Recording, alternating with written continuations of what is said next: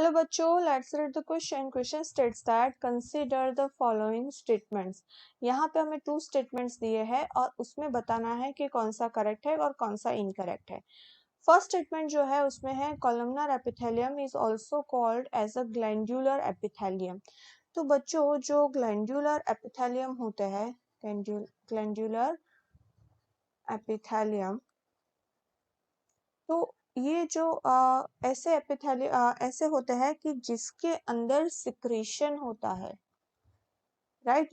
तो अगर glandular epithelium की बात करें तो उसके अंदर एक तो कॉलमनार और जो दूसरा होता है क्यूबॉइडल.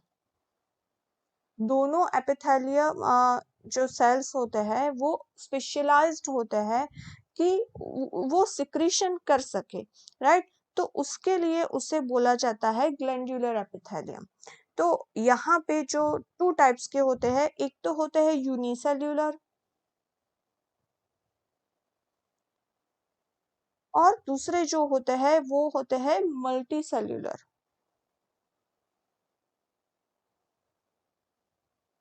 यूनिसेल्यूलर जो होते हैं वो कंसिस्ट करते हैं आइसोलेटेड ग्लैंडुलर सेल्स, जैसे कि गॉबलेट सेल है एलिमेंट्री कैनाल में, और जो मल्टी सेल्यूलर कंसिस्ट करते हैं क्लस्टर ऑफ सेल्स यानी कि सलाइवरी ग्लैंड, राइट. तो यूनिसेल्यूलर ग्लैंडुलर कॉलमनार एपिथेलियम जो सेल होते हैं वो प्रेजेंट होते हैं कहाँ कहाँ पे.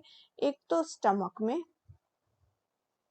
दूसरा जो होता है कॉलोन एंड रेक्टम, राइट. तो ये जो फर्स्ट स्टेटमेंट है वो करेक्ट है. सेकंड स्टेटमेंट में बोला है कि cells of columnar epithelium from the lining of stomach. अभी बोला कि वो स्टमक में होते हैं, राइट. यानी कि पूरा जो स्टमक का लाइनिंग बनेगा वो कौन बनाएगा? Columnar epithelium, right.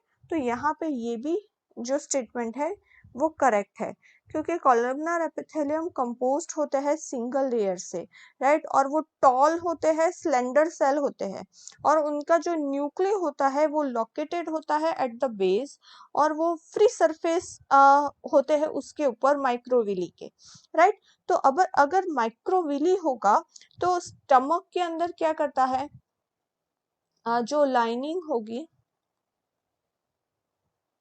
माइक्रोविली की, राइट, तो वो सरफेस एरिया बढ़ा देता है, राइट. तो यहाँ पे जो स्टमक में और इंटेस्टाइन में जो हेल्प होती है सिक्रीशन एंड एब्जॉर्प्शन में, तो वो मिलती है बिकॉज ऑफ माइक्रोविली, राइट. तो ये भी करेक्ट है. तो हमारा करेक्ट आंसर आएगा C. Both 1 and 2 are correct. Hope you understood it. All the best. Thank you.